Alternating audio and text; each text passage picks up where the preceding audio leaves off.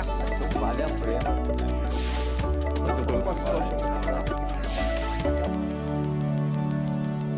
Olá, está no ar pela TV Alesp mais um programa em discussão. Hoje nós vamos debater a situação dos zoológicos no estado de São Paulo. Em Sorocaba, uma decisão judicial determinou que um chimpanzé seja transferido do zoológico para um santuário de primatas.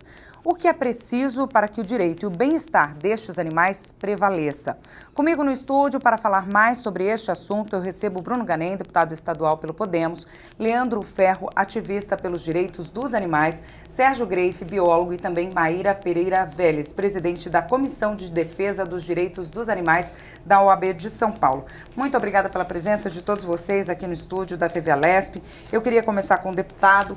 Queria que ele contasse um pouco para a gente sobre as propostas, planos que tem aí para o trabalho com relação aos zoológicos do estado de São Paulo, né? Qual a visão que se tem sobre essa questão? Bom, primeiro, obrigado pelo convite, é sempre um prazer enorme estar aqui com vocês.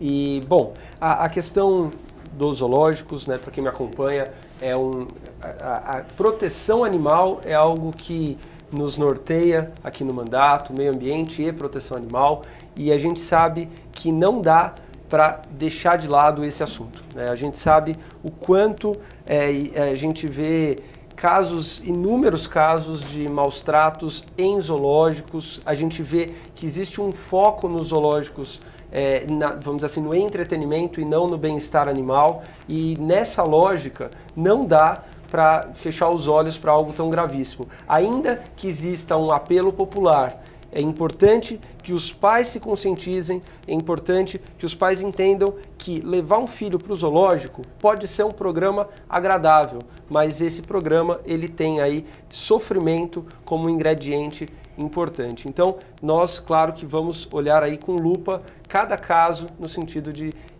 conseguir minimizar os maus tratos aos animais. Eu queria colocar a pergunta agora, jogar para o Sérgio, porque ele estava aqui concordando com a cabeça o tempo todo. Sérgio, como é que você vê essa questão no estado de São Paulo, como biólogo, a situação? O ideal seria que esses animais estivessem na natureza, né? No local apropriado e etc. e tal. De onde vêm esses animais? Muitos desses animais eles são nascidos em zoológicos, talvez no próprio zoológico onde eles se encontram hoje. Às vezes eles são intercambiados entre zoológicos, então excedentes de população de um zoológico acabam sendo negociados com excedentes de população de outros zoológicos.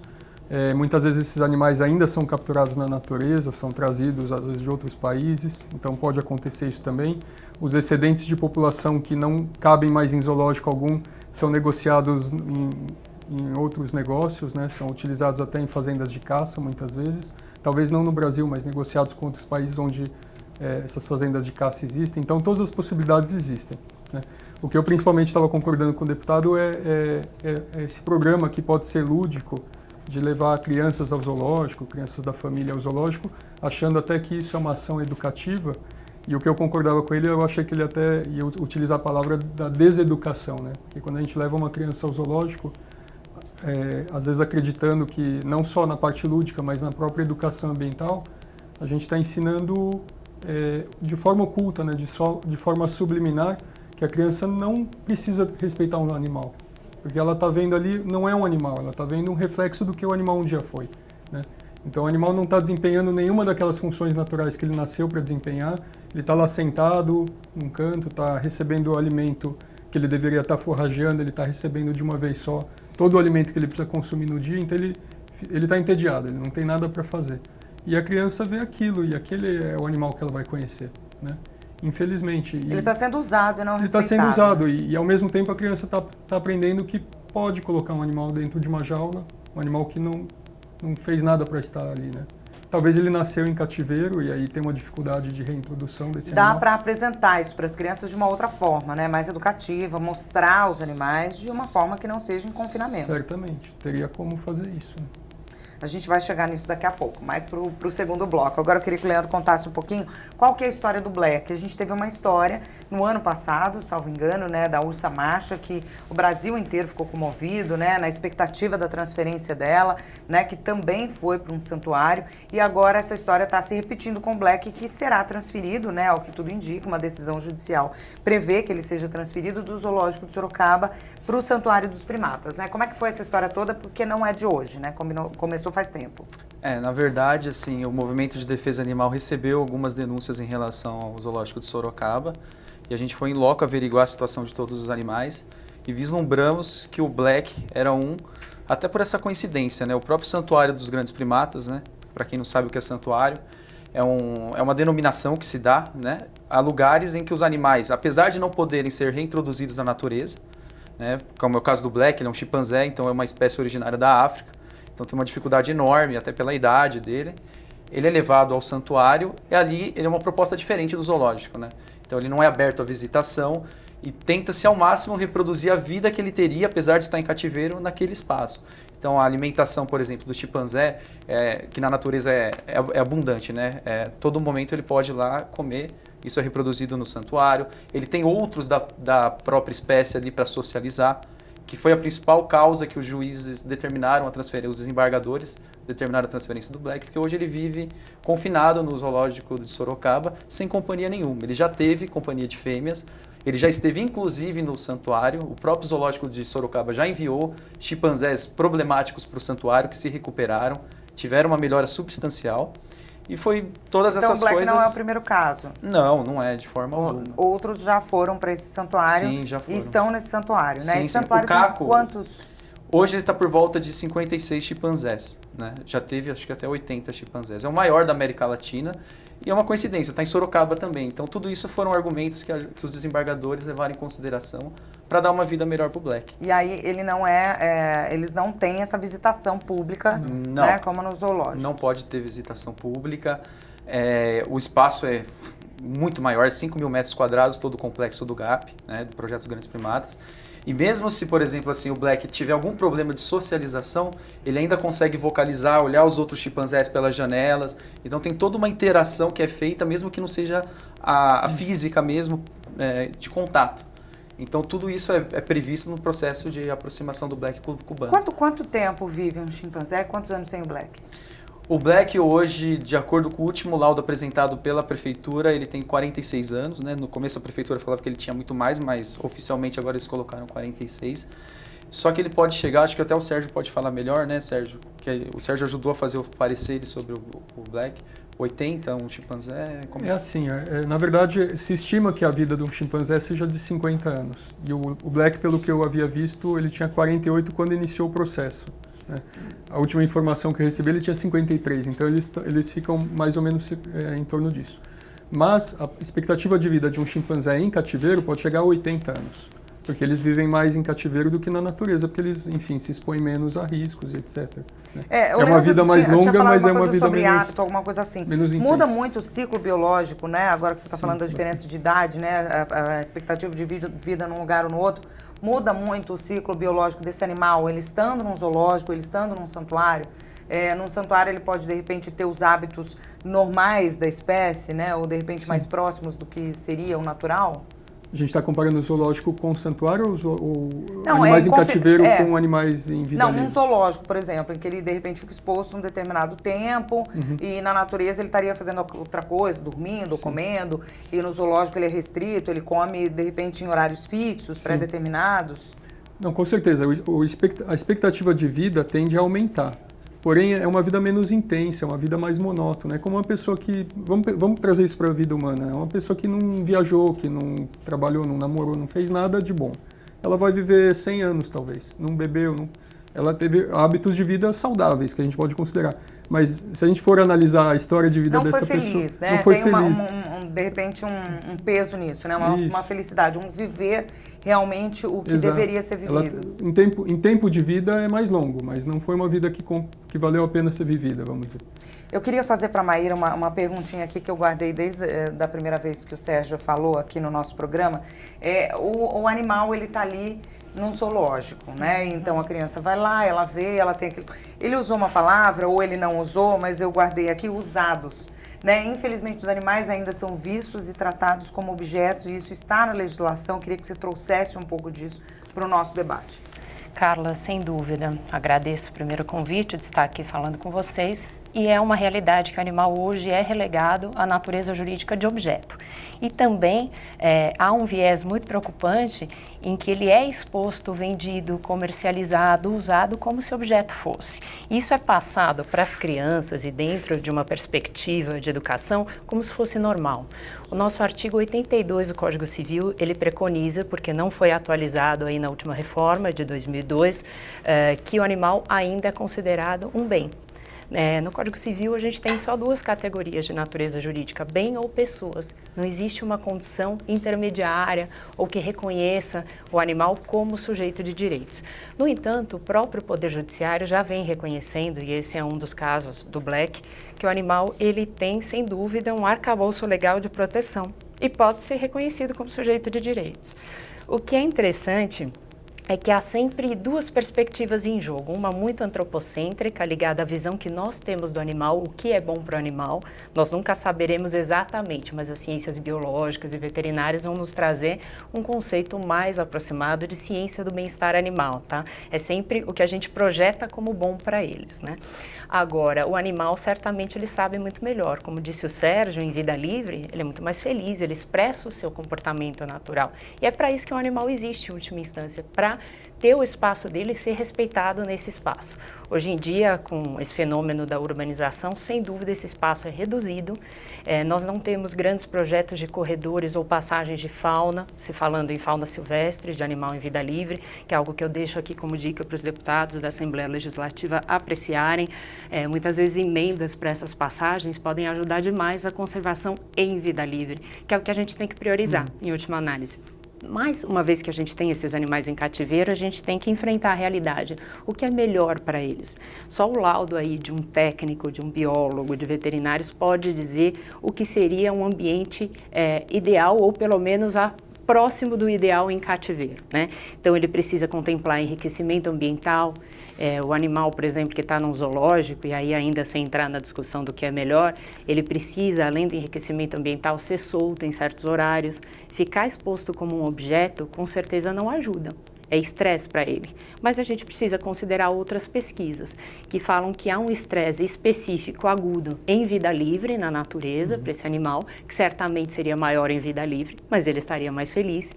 E há o estresse de ser submetido durante longos anos à exploração, à humilhação, a ser colocado como uma vitrine de shopping, e certamente aquilo não faz bem para o animal. Se eu pudesse escolher, e aí projetando mais uma vez a visão humana, preferiria viver menos, mas viver bem. O animal também tem essa visão, sem dúvida. Então, acho que o que a gente tem que considerar é que já há projetos legislativos no âmbito federal para a mudança do Código Civil, aí tem que ser no âmbito federal, né? Mas eu acho que toda a questão da educação ambiental pode ser fomentada pela Assembleia Legislativa de São Paulo, principalmente inserindo aí no currículo pleno, principalmente dos primeiros ciclos do ensino fundamental, a questão de estudo do animal como um ser senciente, que sofre, que precisa de um ambiente melhor para estar e para viver. Deputado, bom, ela jogou a política pública, eu tenho que trazer a discussão para o deputado. E aí, seria interessante ter no estado de São Paulo uma política, né, Sérgio, de educação, para que as crianças já cresçam com uma concepção diferente, né, mais próxima da realidade do que realmente acontece com a vida animal.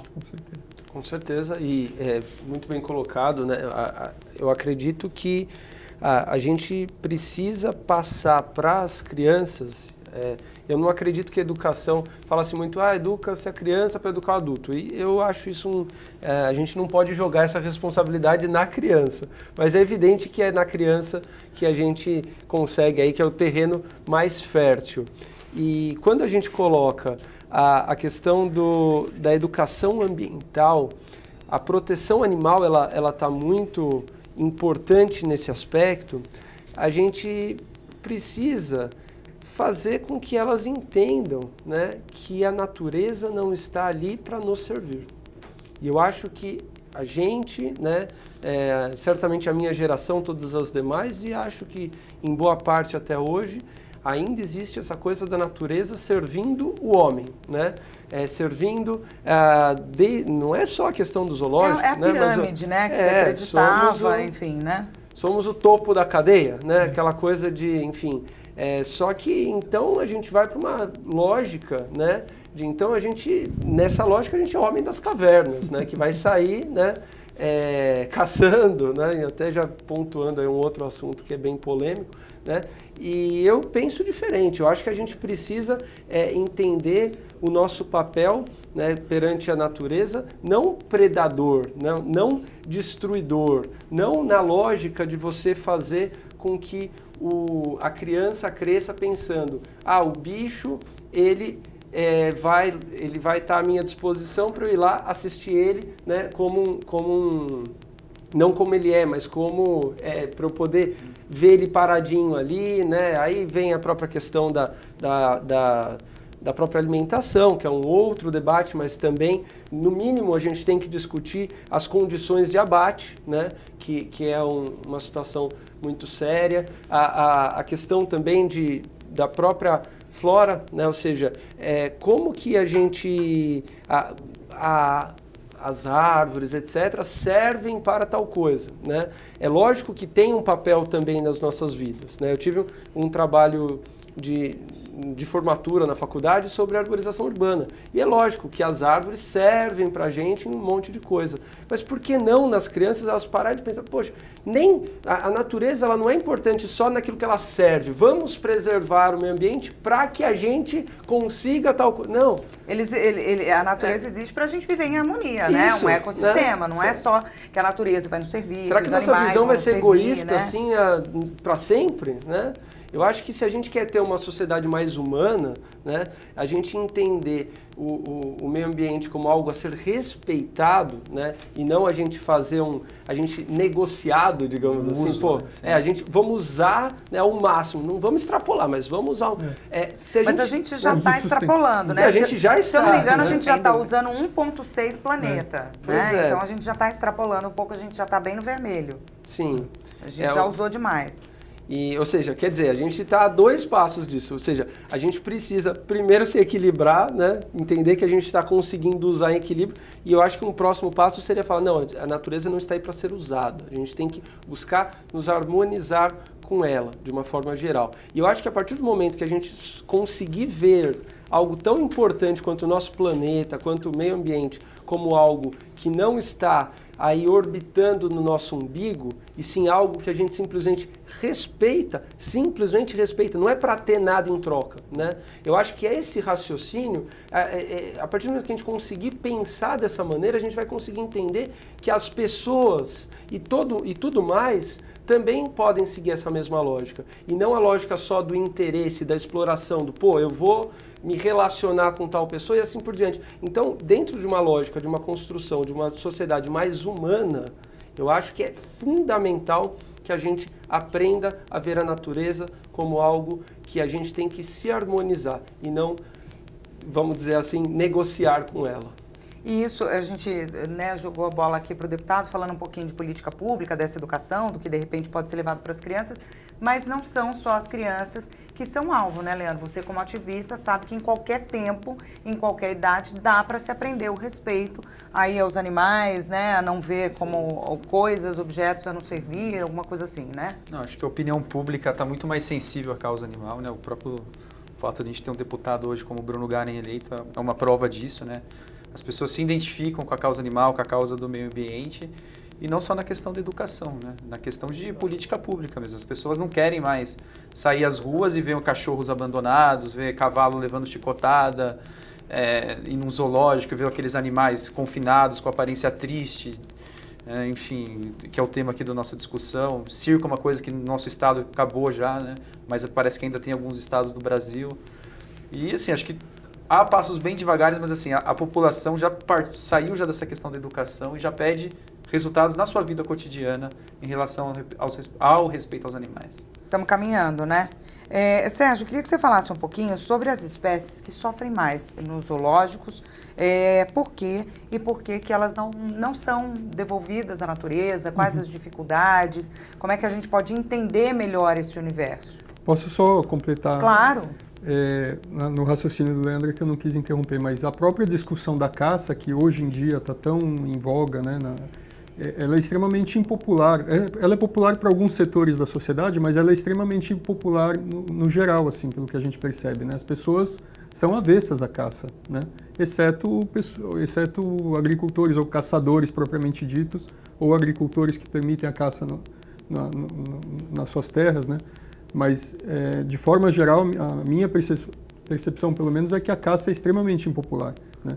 Tanto que levou o governador anterior a praticamente revogar e depois ter que voltar atrás por pressão desses setores que têm interesse nisso, mas a princípio estava revogado e pronto, né? A pressão é muito importante, né? A gente tem visto isso não só com relação à proteção animal, mas com relação a muitas coisas, né? Certamente. Quando a sociedade se mobiliza e pressiona, os governantes, quem tem a caneta, acaba voltando e ouvindo, né? A gente até conversou antes do programa começar sobre a importância de audiências públicas, né? Que são abertas para ouvir a população. Certamente, mas é que a sociedade como um todo pode ser contrária à caça, mas os grupos de interesse que querem promover a caça, eles são mais organizados. Então, eles acabaram nessa disputa de pressão, eles acabaram prevalecendo, né? Mas voltando à tua pergunta, é difícil a gente estimar o sofrimento dos outros, né? É muito fácil eu identificar o sofrimento de um chimpanzé, porque é uma espécie muito próxima da minha, né? A gente tem 98,6% do DNA compartilhado, então é fácil identificar. É fácil identificar de cães e gatos, porque são espécies que foram domesticadas, os cães foram domesticados há 17 mil anos, né? Então a gente tem um convívio muito próximo com essa espécie. Mas é difícil, por exemplo, vamos pensar a lesma. É difícil eu conseguir identificar o sofrimento da lesma. Eu posso inferir, mas com base na minha própria experiência de vida, que por não ter um cérebro, o sistema nervoso ser organizado de uma outra forma, o sofrimento dela é menor. Mas eu estou adotando um ponto de vista antropocêntrico, né? Porque eu penso assim, o meu cérebro é o que mais sofre, a minha espécie é a que mais sofre, então tudo que for mais parecido com a minha espécie sofre, eu estabeleço aí um score, né? O meu é o 100%, e tudo que for mais perto de mim vai tendo uma certa porcentagem. Mas essa é uma forma extremamente antropocêntrica de analisar, né? Porque é difícil, a gente não consegue se colocar na pele de um outro animal que é muito diferente do nosso. Existe alguma espécie, por exemplo, das espécies que geralmente estão nos zoológicos, que é mais difícil de voltar à natureza, de ser devolvido? Então, todos os animais que funcionam mais na base de aprendizado e são menos instintivos, eles são mais difíceis de ser reintroduzidos. Por quê? Por exemplo, o chimpanzé ele tem que aprender ao longo de toda uma vida como ele vai se comportar no ambiente natural. E se ele estiver em cativeiro desde a primeira infância, ele não teve essa oportunidade de aprender. Então, por exemplo, um animal de 48 anos, para conseguir ensiná-lo como viver na savana africana, isso é praticamente impossível. Até socializar ele. Aqui o Black, no caso, ele já teve um passado de socialização. Mas, por exemplo, os chimpanzés que foram utilizados desde a infância em testes de produtos, em testes toxicológicos, esses animais não se socializam mais, eles têm que viver em gaiolas separadas. Não é que é impossível socializar, mas eles são animais que passaram por muita coisa e que são extremamente antissociais. Não é o caso do Black, mas outros animais que tiveram outras experiências, eles vão para santuários também, mas eles precisam ser isolados, porque a socialização é muito difícil. E é diferente, por exemplo, vamos pensar um peixinho no aquário. Ele é um animal extremamente instintivo, né? Quando você colocar ele na água, ele vai saber o que fazer, no rio e tal. Então ele não precisou aprender, ele é muito mais instintivo. Então a gente pode dizer que existem espécies que precisam de um aprendizado de como viver no seu ambiente natural. Isso eles vão aprender ali com o bando, com o bando onde eles nasceram. Eles não nascem já sabendo o que precisam fazer, eles precisam aprender com outros, os mais velhos. Existem espécies que são basicamente instintivas, né? Então, em geral, peixes, anfíbios, répteis, eles não têm esse aprendizado, eles já sabem o que fazer. Aves e mamíferos já é um pouco mais complicado, né? Aí depende de espécie para espécie. Mas, em geral, espécies que a gente considera superiores, né? Uma denominação muito antiga e também antropocêntrica. Mas essas espécies que são mais próximas da gente, elas têm mais dificuldade de serem reintroduzidas, porque elas não passaram pelo aprendizado. Aí depende também em que época que eles foram capturados na natureza ou quanto tempo eles tiveram com os pais. Tem um pouco da história de cada um aí, da história né? de vida de cada um, exato. Carla, se você me permite falar um pouco sobre reintrodução, soltura, eu não sou especialista, mas esses projetos são caros. E é muito fácil você fomentar um tráfico de animais silvestres e simplesmente arrancar esse animal da natureza, porque principalmente em relação a pássaros e a outros animais, você dá um dinheirinho ali para uma criança que não tem recursos, que não tem condições, que não tem acesso à educação, é óbvio que ela vai fazer isso, se ela não for educada para entender o impacto que isso tem, né? Muitas vezes pessoas que passam fome. Agora, para você realmente conseguir verba pública, ou ainda que seja por iniciativa privada, para um projeto de soltura e reintrodução, eu vejo várias ONGs aí passando o chapéu com grande dificuldade. É impossível? Claro que não. Agora, tem uma outra questão que eu gostaria de deixar claro. É importante que os órgãos investigativos, e aí eu falo Polícia Civil, Polícia Federal, enfim, todas aquelas polícias que tenham uma inteligência para isso, elas acabem aplicando de uma maneira a identificar a localização geográfica original dessas espécies. Se elas foram recém-tiradas de seu habitat natural e não de cativeiro, como bem pontuou o Sérgio, a gente tem uma chance de reintroduzir no meio ambiente natural. É questão de vontade política, de esforço e de conscientização pública. Se a gente não fizer esse esforço, a gente não consegue. Não é fácil, né? Você está resumindo que é um trabalho realmente muito difícil e caro, né? Sim, porque você não é simplesmente chegar lá e soltar o animal na natureza. Você precisa ver se ele tem condições de sobrevivência, se ele tem condições de se interrelacionar com outros da mesma espécie, se ele consegue se defender, se for uma espécie de caça, se ele consegue caçar dentro da natureza. Quer dizer, só quem não deve caçar é o homem, né? Tem alguns animais que naturalmente precisam disso para sobreviver. Então, tudo isso tem que ser ponderado e é necessário fazer um projeto e um acompanhamento de monitoramento pós-reintrodução. Só então você vai saber se deu certo essa soltura. Isso demanda dinheiro, você precisa de biólogos, de veterinários, de equipe multidisciplinar. É plenamente possível, mas não seria mais fácil para o Estado colocar medidas rígidas de combate ao tráfico de animais? Não seria mais fácil você dificultar as autorizações de manejo ou simplesmente dificultar que mantenedouros, criadouros pudessem colocar as mãos desses animais sem realmente ter a intenção que, por exemplo, um santuário tem?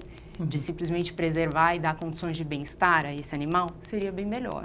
Então, eu acho que a gente tem que discutir no âmbito das casas legislativas e também com o poder público e com o terceiro setor e a sociedade, se é efetivo e como a gente pode fazer para combater esse tráfico. Esses animais não saem do nada, né? É muito raro essa questão, assim, você tem entre zoológicos, às vezes, uma política de conservação, de reprodução, emprestam espécies e tal. O que acontece nos outros zoológicos do mundo? Se der um excedente de animais, se você não tem um interesse dentro da conservação dessas espécies, eles simplesmente praticam eutanásia. Só as pessoas se colocando contra a morte de girafas ou de outros animais, como já aconteceu, a opinião pública que a gente evita isso. Mas a eutanásia é muito praticada fora do Brasil. Aqui é muito contestada e eu acho que a gente tem o direito de contestar, né? Já que você trouxe esse animal eutanasiar, eu acho que você precisa saber bem para quê. Pode ter que não ter nenhuma outra possibilidade de bem-estar para aquele animal, né? Então, acho importante a gente mudar essa ótica de relação com os animais, com as pessoas, mas também inserir um elemento econômico, tá? Não é o primordial, mas é algo que tem que ser pensado. Como você dá às populações humanas possibilidade de sobrevida, de subsistência, retirando delas a ilegalidade, o tráfico de animais silvestres, por exemplo, dando outra possibilidade de renda.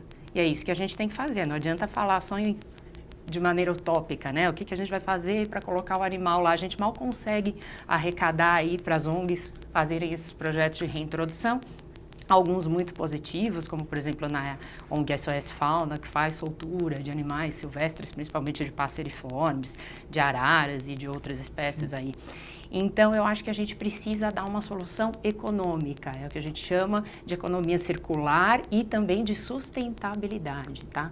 Então, uma outra questão aí, deixo a pauta para apreciação da TV Alesp, discutir os resíduos sólidos. Tudo isso é o meio ambiente. A gente vai continuar com isso daqui a pouquinho, depois do intervalo. Enquanto isso, o deputado Bruno Ganem vai pensando sobre esse tópico. O programa Em Discussão vai agora para um rápido intervalo. Não saia daí que a gente volta já já.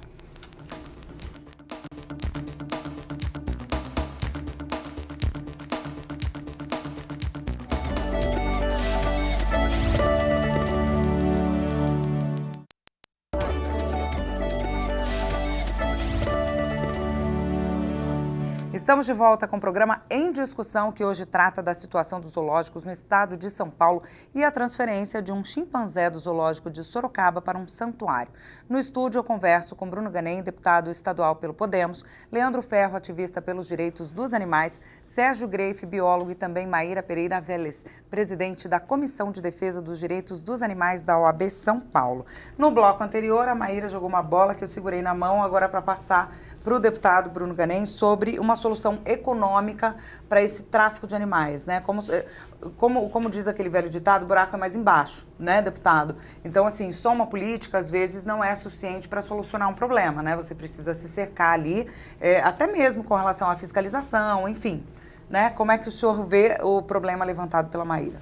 Sim, a Maíra está coberta de razão.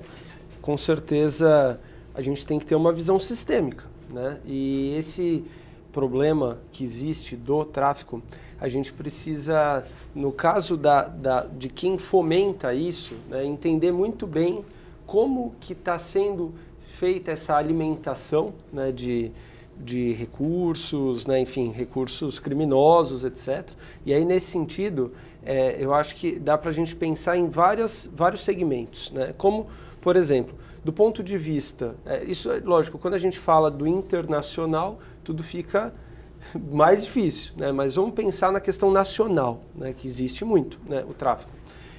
Quando a gente pensa em termos nacionais, é muito natural que a gente pense na questão de como esses recursos criminosos estão sendo trabalhados. Há uma discussão a nível federal muito forte, né? O próprio Moro tem falado bastante disso, de cortar, né, os tentáculos dessas quadrilhas, né? Aí não é a quadrilha de tráfico de animais, não, é de tudo, né? De todo tipo de organização criminosa, né? Indo atrás do dinheiro, né? Procurando o dinheiro, fala, opa, né? E vai achando e vai quebrando, né? Vamos dizer assim, as pernas dessas organizações que tanto mal fazem em tudo, né? Na causa animal também, em todo mais, né? E a Maíra comentou a questão da criança, né? E aí eu acho que tem uma coisa que eu vou repetir, eu prometi para mim mesmo que eu vou repetir assim, dentro de contexto, fora de contexto, é um mantra que eu vou usar no meu mandato, porque é um projeto fantástico. Dentro da educação, mais especificamente, eu conheci um projeto em Indaiatuba, numa escola modelo, que é a Escola Sueli Cação, né, onde as crianças têm um projeto chamado Projeto de Vida. É um projeto onde se discute, né, com essas crianças basicamente o que elas têm de sonho, de plano. Nesses contextos surge, as crianças acabam colocando episódios de violência familiar. Se existisse algum tipo de aliciamento, por exemplo, dentro dessa lógica, aqui em Indaiatuba é um contexto mais urbano, mas se existisse um aliciamento para o tráfico de animais, certamente a criança colocaria. Como existe, e isso é muito comum, de aliciamento para o tráfico de drogas, onde essas crianças também colocam, expõem para os tutores, para os professores, né? E é fantástico em todos os sentidos, né? Nesse sentido que a gente está falando, lógico que nas comunidades específicas teria um papel importante, mas de uma forma geral. Por quê? Porque essas crianças, o resultado ele é excepcional. Do ponto de vista de violência escolar, diminui de uma maneira impressionante. Do ponto de vista de desempenho acadêmico, matemática e português, melhora também de uma maneira muito clara.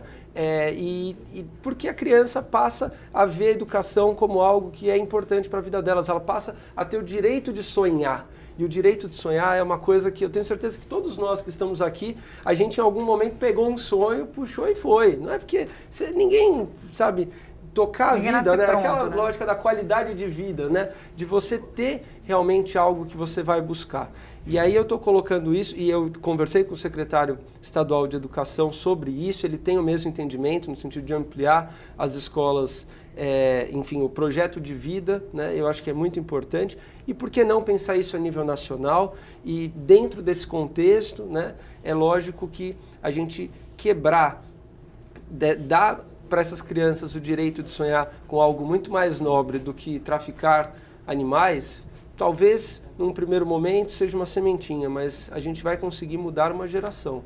E eu acredito muito nisso, e é um remedinho que serve para tráfico de animais, para tráfico de drogas, para melhorar o IDEB, para melhorar a educação em matemática, em português e assim por diante. Então, acho que vale a pena insistir bastante. Eu tenho insistido no plenário nisso. Projeto de vida. Se você conhece, legal. Se você não conhece, procure conhecer. E vamos fomentar aí nas cidades, nos municípios. Quem tiver dúvida, quiser me procurar, é uma coisa fantástica. A gente já voltou algumas vezes para o tema educação, né? Leandro, eu queria que você falasse para a gente um pouquinho sobre a transferência do Black, né? Como que é, o que é necessário, como é que se dá, né? Eu acredito que, claro, o conforto do animal que tem que ser preservado ali, né? Verificado durante todo esse antes, durante e depois, né? E adaptação, como é que funciona? Bom, o Black, por exemplo, né? Muitos animais que estão no zoológico, antes de estarem no zoológico, antes vinham de circo, né? É o caso do Black. Então ele é apesar de muito tempo afastado dessa rotina circense, ele era um animal que era transportado entre as cidades por qual ele viajava constantemente, né? Porque os circos normalmente são itinerantes, né? E o fato do Black ser um animal muito próximo do ser humano, né? O chimpanzé 98,6%, ele é um animal muito fácil de ser condicionado, assim, ele aprende, né? Ele tem todas essas características. O Sérgio, como especialista, pode até falar um pouco mais. E uma coisa que é interessante é que nos processos, até a prefeitura se defendendo, falou que ele tinha uma relação muito próxima com o tratador.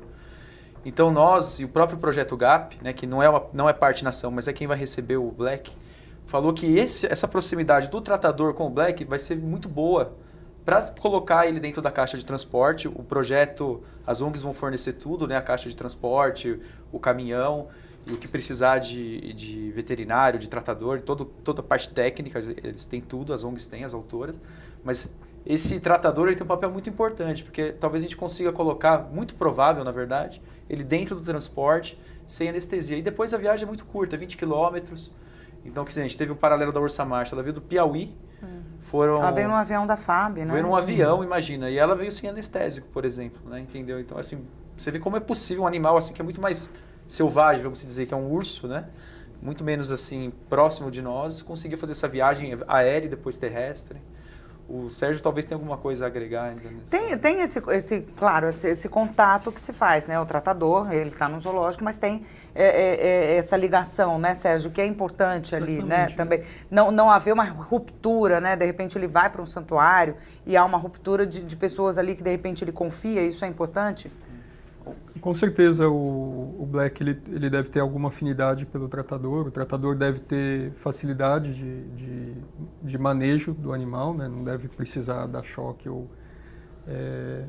Em um último recurso dessa ação, o zoológico tentou utilizar isso, de que o Black hoje em dia ele estaria com um problema de uma nefropatia e que isso, uma anestesia dificultaria, mas de forma alguma a gente considera a necessidade de uma anestesia. A gente sabe que isso, em ultimíssimo caso, seria necessário, né? A gente entende que o transporte vai ser feito de uma forma tranquila, que o animal não vai ser jogado numa sociedade de chimpanzés onde ele pode brigar. Então, tudo isso é preciso ter todo esse tudo cuidado, isso vai ser acompanhado, toda essa análise, vai ser lógico. né? Tudo isso vai ser acompanhado. Ele não vai ser introduzido de uma maneira leviana, né? Ele vai primeiro observar de longe, eles não vão ter contato físico e aí vão aproximando.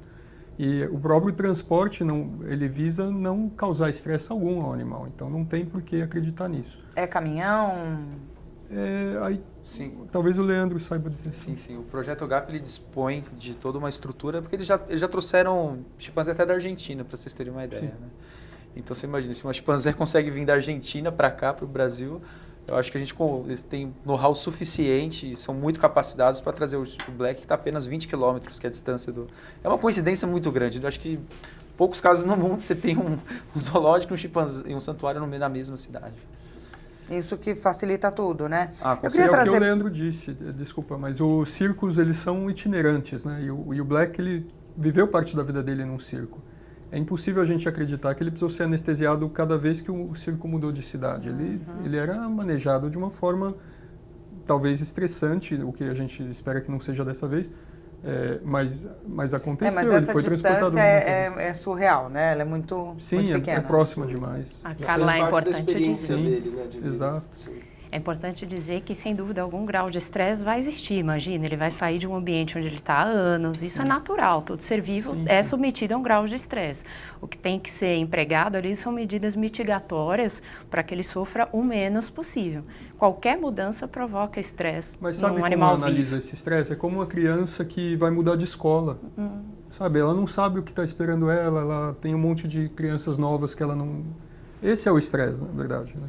Então, é um estresse que até para o bem, né? Ela está indo para uma escola melhor, vamos dizer. É um Ele tá saindo de um zoológico estresse mais tranquilo, sim, né? sim. Assim, e tem todo o acompanhamento, né? Sim. Eu queria que a gente ampliasse essa discussão dos zoos. Assim, tem uma pesquisa que afirma que de 111 zoos existentes em todo o país, 77 têm irregularidades. Essas irregularidades, né, são lugares inadequados, más condições de hospitais, poucos funcionários especializados, né? A gente está falando do transporte, que vão ter pessoas especializadas ali cuidando do bem-estar do Black, né?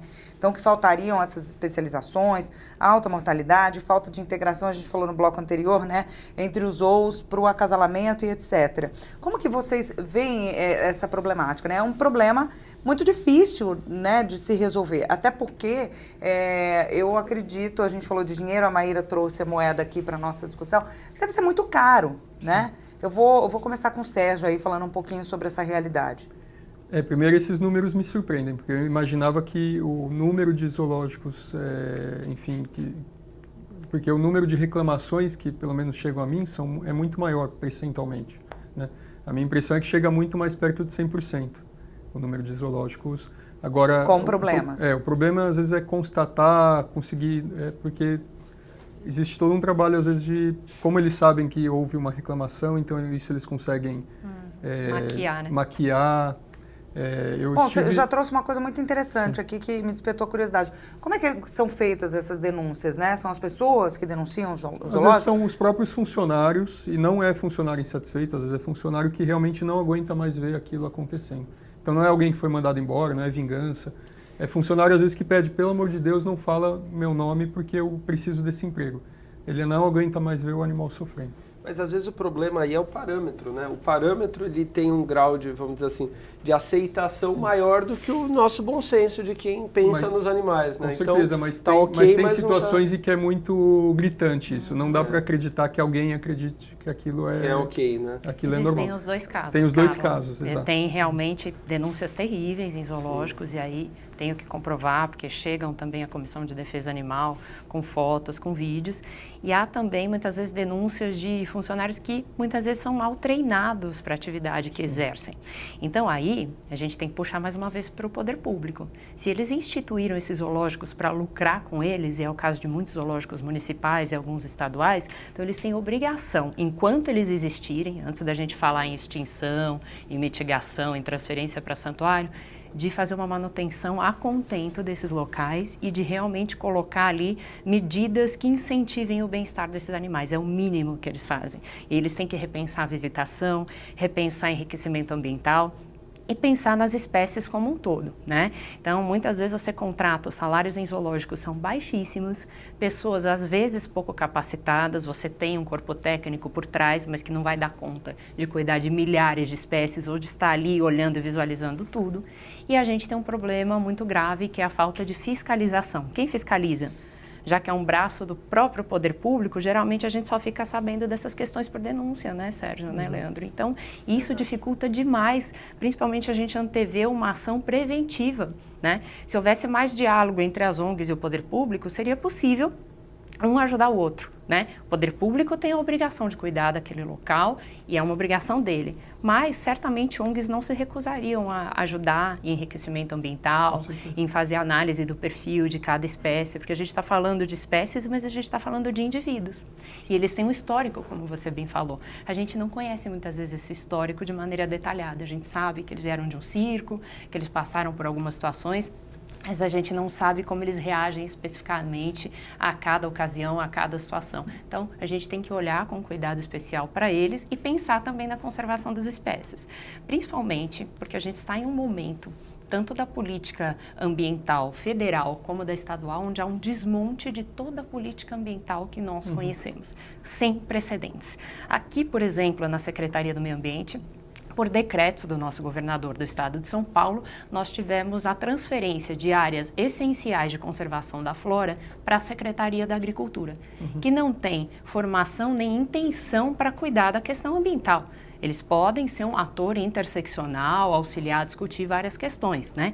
Você vê algumas medidas específicas em relação à fauna que contrariam a própria Constituição Estadual. Então, por exemplo, liberação por decreto de autorização para a caça de javali, né? Já existia uma declaração unilateral, era autodeclaratório. Você ia lá, falava que estava tudo ok, tinha o porte de arma, então você poderia caçar.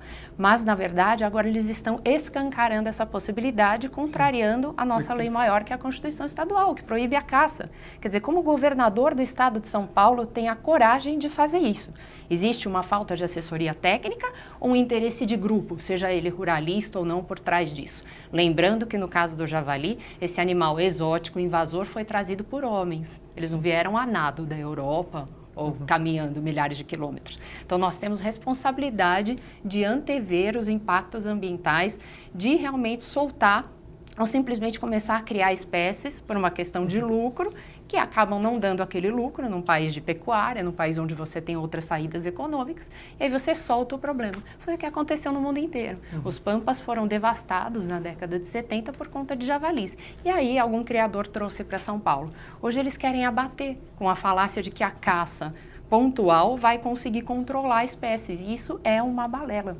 Se resolve o problema da pior forma, né, Sérgio? Mais ou menos por aí. Na verdade, não se resolve. Isso é uma caça sustentável, porque o número de animais que os caçadores conseguem abater não é superior ao número de animais que nasce. E nem tenta ser, porque eles já fazem um abate de forma sustentável para poder garantir a caça da estação seguinte, ou dos meses seguintes. Então, já é feito de forma sustentável. Já não Inclusive, é para isso. A Maíra citou, né, dos pampas, os javalis foram trazidos para São Paulo, mas hoje tem até em Roraima. Quer dizer, como que eles atravessaram a floresta amazônica? Não foi uma migração eles foram levados, né? voluntária, eles foram levados. Filhotes, vamos dizer, abateu-se os adultos, os filhotes foram pegos, eram porquinhos, já se levou para lugares onde eles não existiam para que eles pudessem ser caçados.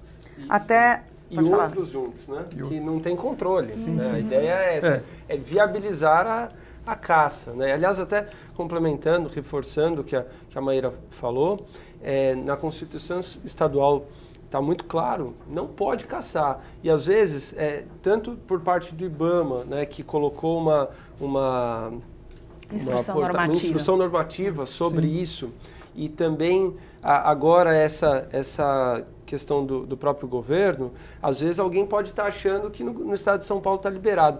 No nosso entendimento, de forma alguma, porque a Constituição Estadual ela está fechando isso.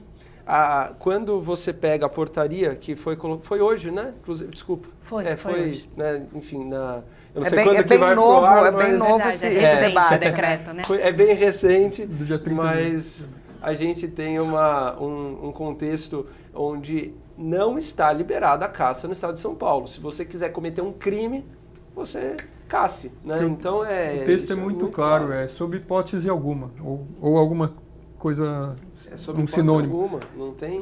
Então, essa interpretação de ressignificar a palavra, o termo sob hipótese alguma é um pouco absurdo. E muitas vezes a caça, a gente tem aquela ideia que é o quê? Um homem com uma espingarda, um homem, uma mulher, enfim, alguém com uma arma em punhos atirando. É muito mais cruel que isso. Não, às vezes, normalmente, no YouTube você consegue ver vídeos de caça javali.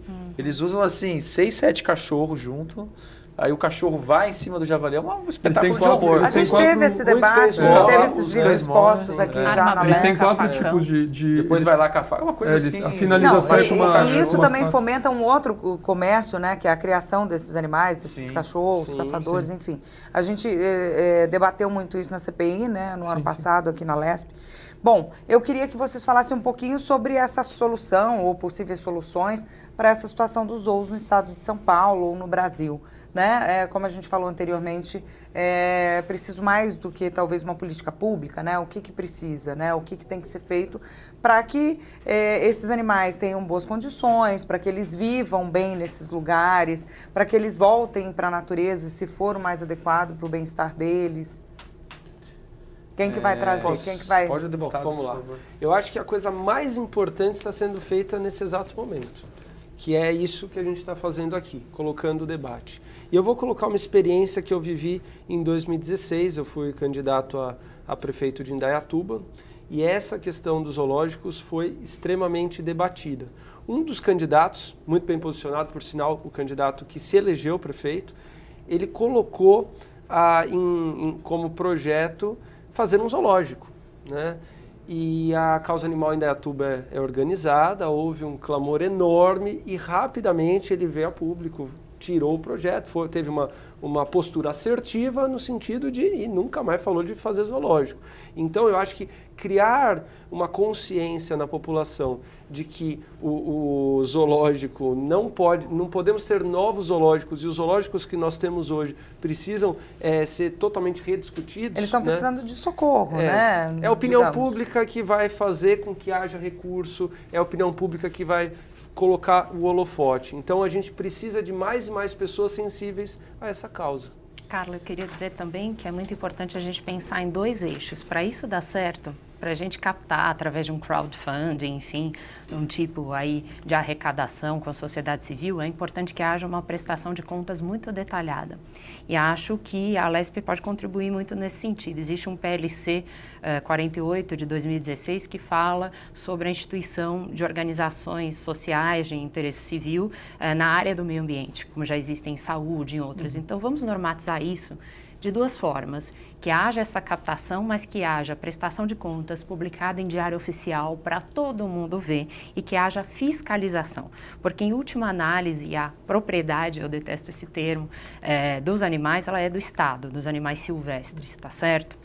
E aí falando muito da fauna nativa, enfim, a gente precisa pensar em conservação, porque nós estamos com um problema ecológico muito sério. Como a gente faz isso, né? Não basta simplesmente fechar os zoológicos e transferir para ONGs, sobre as quais a gente não vai ter nenhuma governabilidade. A gente precisa de uma fiscalização intensa. A sociedade nos ajuda através de denúncias, mas a gente precisa de corpo técnico, a gente precisa de dinheiro e a gente precisa principalmente de um aparato que possa constatar maus tratos chancelado pelo Estado e pelo governo federal. Então eu tenho notícias da instituição de um laboratório também com IML veterinário dentro do escopo da Polícia Federal, e aqui no estado de São Paulo a gente está conversando através do deputado Adalberto Freitas e outros para trazer esse IML veterinário aí em convênio com a USP, com a Universidade de São Paulo, depois extensível a outras. Eles já fazem essas necrópsias, tem condição de ampliar isso para animais vivos. Eu acho que a universidade exercendo o seu papel social, tá? E suprindo uma carência, por exemplo, da Secretaria de Segurança Pública, que não tem profissionais veterinários ou biólogos contratados para dizer o que é maus tratos ou não. O delegado vai dizer, se não for muito gritante, não tem como, a prova técnica é do técnico, né? E é em cima disso que o juiz vai decidir. Foi o caso do Blecker, por exemplo, ele fez uma decisão vinculada somente a ele, mas baseada numa justificativa técnica. Então a gente precisa fomentar esses órgãos técnicos, pagá-los de maneira adequada para que a gente saiba o que a gente está falando, senão vai ficar só na especulação da proteção animal. Eu acho que isso é bom, eu acho que isso é ruim, a gente não sabe. A impressão que se dá, até pela pesquisa que eu coloquei aqui, é que esses zoológicos pedem socorro, né? Eu fico muito curiosa com relação ao custo. A Maíra levanta toda hora custo, né? Quanto custa manter um zoológico? Independente do tamanho, assim, uma média. Dá para saber isso, Sérgio? Quem paga essa conta? Porque, assim, quando a coisa aperta, é claro que os animais é que sofrem, né? Com tudo isso. Eu não vou te dar um número, porque eu também não sei. Em 1995, eu fiz um estudo viajando por vários zoológicos aqui no estado de São Paulo e eu conhecia não só a parte que é de visitação, mas também o que a gente chama as áreas extra, né? Conhecia como funcionava, a cozinha, os animais, que a Maíra falou, né? Os excedentes populacionais. Ali a gente está vendo 2, 3 animais. No fundo, se esses são animais muito prolíferos assim, esses animais eles vão sendo socados em gaiolas pequenas e ficam ali no fundo. Então, aquele custo do zoológico não é só aquela parte que a gente vê.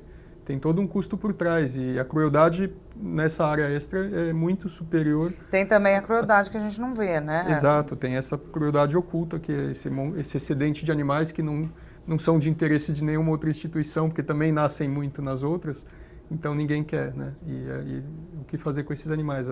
A Maíra falou de eutanásia. Eutanásia é um eufemismo para matar o animal, né? Eutanásia, ao pé em grego, seria a morte boa, né? Mas não é boa.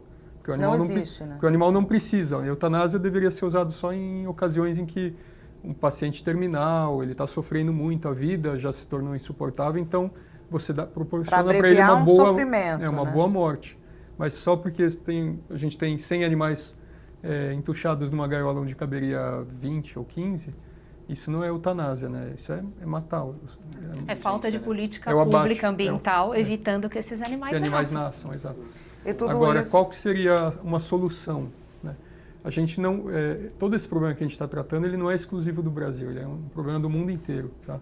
Por exemplo, a Inglaterra, que a gente considera um país modelo e tudo, no zoológico de Londres, eles fazem rave à noite. Quer dizer, os animais, na hora que muitos animais vão dormir, tem festas no zoológico. E pessoas, às vezes, pulam na jaula dos animais, quer dizer, não tem fiscalização suficiente. Imagina um monte de pessoas dançando música eletrônica, ou consumindo bebida alcoólica e outras substâncias, às vezes, não ilegais, ilícitas, né? ilícitas, e pulando na jaula dos animais e tendo lá, fazendo o que quiserem com os animais. Então, essa é uma situação que acontece no zoológico de Londres, né? E outros zoológicos têm denúncias, né? Isso acontece no mundo todo. Às vezes, existem fundações que financiam os zoológicos. O Zoológico de São Paulo apesar dele ser um zoológico público, ele é financiado por uma fundação que tem lá suas arrecadações. Existem zoológicos que são municipais e às vezes nem é cobrada a entrada, então realmente isso vem do erário público, né, esse dinheiro, que não deve ser uma verba astronômica, enfim, eles têm que lidar com isso, né?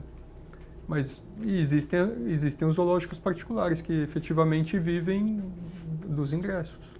Nosso programa está acabando, mas o Leandro quer fazer uma observação também. Não, né? eu ia comentar rapidamente essa questão, por exemplo, que o Sérgio comentou, né, do Zoológico de Londres, né? Agora mesmo com essa decisão do Black, funcionários ali e pessoas envolvidas com o zoológico promoveram uma manifestação dentro do zoológico, de frente para a jaula do Black, né? Ou seja, estressando ali o animal com gritaria, enfim, é uma situação absurda, assim.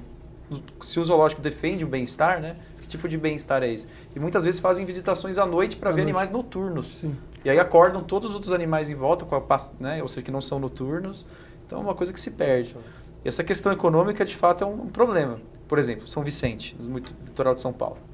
Uma cidade pobre, uma cidade que tem problemas de educação, transporte, violência, saúde, tem um zoológico, que também é sucateado, entendeu? Então, mas o Estado não oferece uma alternativa de entretenimento para a população, mas mantém um zoológico com essa finalidade. E quem paga por isso? Os animais. Carla, para finalizar, eu diria que a gente tem que investir em medidas mitigatórias enquanto a gente não chega a uma solução final para o problema. Então, impedir que outros espécimes nasçam ali, que haja um excesso de população de todas as espécies, que aí é mais sofrimento para mais animais com maior dificuldade de solucionar aquilo, né? Impedir isso, fazer um controle populacional e também começar a mostrar aqueles zoológicos que falam que tem trabalho de pesquisa, onde estão essas pesquisas, mostrar para o grande público, né? Já que isso é uma desculpa para manter zoológicos, em alguns casos a gente sabe no mundo que há pesquisas de fato, então mostrem essas pesquisas para nós, né? A gente quer saber até que ponto isso está ajudando na conservação das espécies. Tem muito trabalho, né, deputado? Com certeza, muita coisa a ser feita. E a gente sabe que, até pegando um gancho no que a Maíra falou, a pesquisa ela é uma desculpa nesse caso, né? Porque você não precisa expor o animal, você não precisa transformar ele num objeto de decoração, num objeto de entretenimento para fazer pesquisa, né? A pesquisa, acho até que se você quer entender o comportamento animal, alguma questão biológica, quanto mais próximo do ambiente natural, mais factível é a pesquisa. Você coloca num ambiente completamente distorcido e vai querer chegar a uma conclusão, você só vai chegar a conclusões objetivas relativas a zoológico, né? Então, em um zoológico, o leão fica de tal forma. Eu não quero saber no zoológico, eu quero que ele não esteja no zoológico, né? Então, são falácias que são utilizadas para justificar coisas que Mas a gente está evoluindo. Né? Mesmo Eu a acho que partir há muito tempo atrás, né, é chocante, mas já existiu zoológico há não tanto tempo, né, século XX, né, tem zoológico humano. Sim. Né? Então, peraí, estamos evoluindo de alguma forma. Humanos eram Escravos expostos. até, isso é Humanos triste. eram expostos, Vamos africanos, ficar com essa asiáticos. esperança, então, no Africanos, final desse programa. asiáticos. Em Paris você podia visitar uma aldeia africana, uma aldeia chinesa. Museu de História Natural, em vivo. Com pessoas vivas lá dentro. Vamos ficar então com essa sensação de evolução. Gente, eu queria agradecer demais a presença de vocês, a participação e o conteúdo que vocês trouxeram aqui pra gente. O programa Em Discussão de hoje termina aqui, lembrando que este conteúdo fica disponível no canal da TV Alesp no YouTube. Obrigada pela sua companhia e até o nosso próximo encontro.